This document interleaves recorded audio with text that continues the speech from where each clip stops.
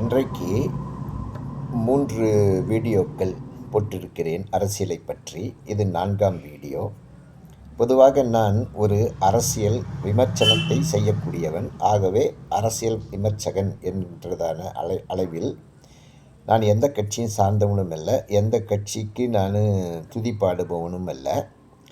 அதே நேரத்தில் மக்களின் நலன் சார்ந்து நான் பேசுகிறேன், அவ்வளவுதான்.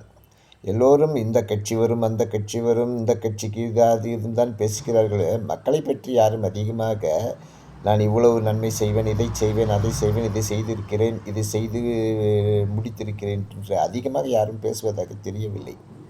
அதனால் நான் சொல்லுகிறேன், யார் எந்த கட்சி வந்தாலும் பரவாயில்லை, அதை பற்றி எனக்கு இல்லை. ஆனால் இன்றைய சூழ்நிலையில் தமிழ்நாட்டில் அதிகமாக பேசப்பட்டு கொண்டிருப்பது எது என்பது பொதுவாக எல்லாருக்கும் தெரியும். சரி, இப்பொழுது அடுத்தது ஏடிஎம்கே, பிஜேபி அது ரெண்டும் சேர்ந்து, அது மற்ற கட்சிகளும் சேர்ந்து என்டிஏ என்று சொல்லுகிறார்கள்.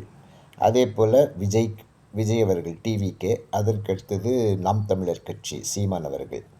ஸோ சீமான் அவர்கள் எப்பொழுதும் அவருக்கென்று ஒரு தனி பணியை வைத்திருக்கிறார், அதை பயன்படுத்தி கொள்வார், எல்லா இடங்களிலும் நிற்பார். நெக்ஸ்ட்டு விஜய் அவர்கள். தற்பொழுது விஜய் அவர்கள் வந்திருப்பது நிமித்தமாக பல அரசியல் மாற்றங்கள் பொதுவாக ஏற்பட்டிருப்பதை சொல்லாமல் சொல்ல முடியாது. கண்டிப்பாக மாற்றங்கள் இருக்கிறது தான். அதே போல் ஏடிஎம்கே அண்டு பிஜேபி. ஸோ இப்போ அதுக்கடுத்து டிஎம்கே. இப்பொழுது லீடிங்கில் இருக்கக்கூடியது எல்லாரும் சொல்லக்கூடிய ஒன்று தான். தற்போது ஓரளவு காலத்தின் மாற்றத்தினால் யார் யார் வருவார்கள் என்று சொல்ல முடியாது. தற்பொழுது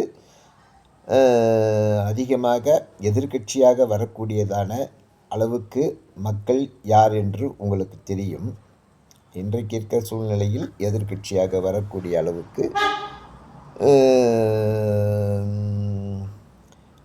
மற்ற கட்சிகள், இதில் ஏதேனும் ஒரு கட்சிகள் எதிர்க்கட்சியாக தற்போதைக்கு வர வாய்ப்புள்ளது.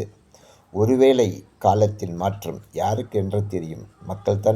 மக்களின் தீர்ப்பே மகேஷின் தீர்ப்பு. மக்கள் என்ன நினைக்கிறார்கள் என்று யாருக்கும் தெரியாது, எனக்கும் தெரியாது. இறைவனுக்கு கூட சற்று யோசிக்க தோன்ற வைக்கக்கூடியவர்கள் மக்கள். ஆகையால் மதி விதியை வெல்லும், விதி மதியை வெல்லும். இது எதில் வெல்லும் என்று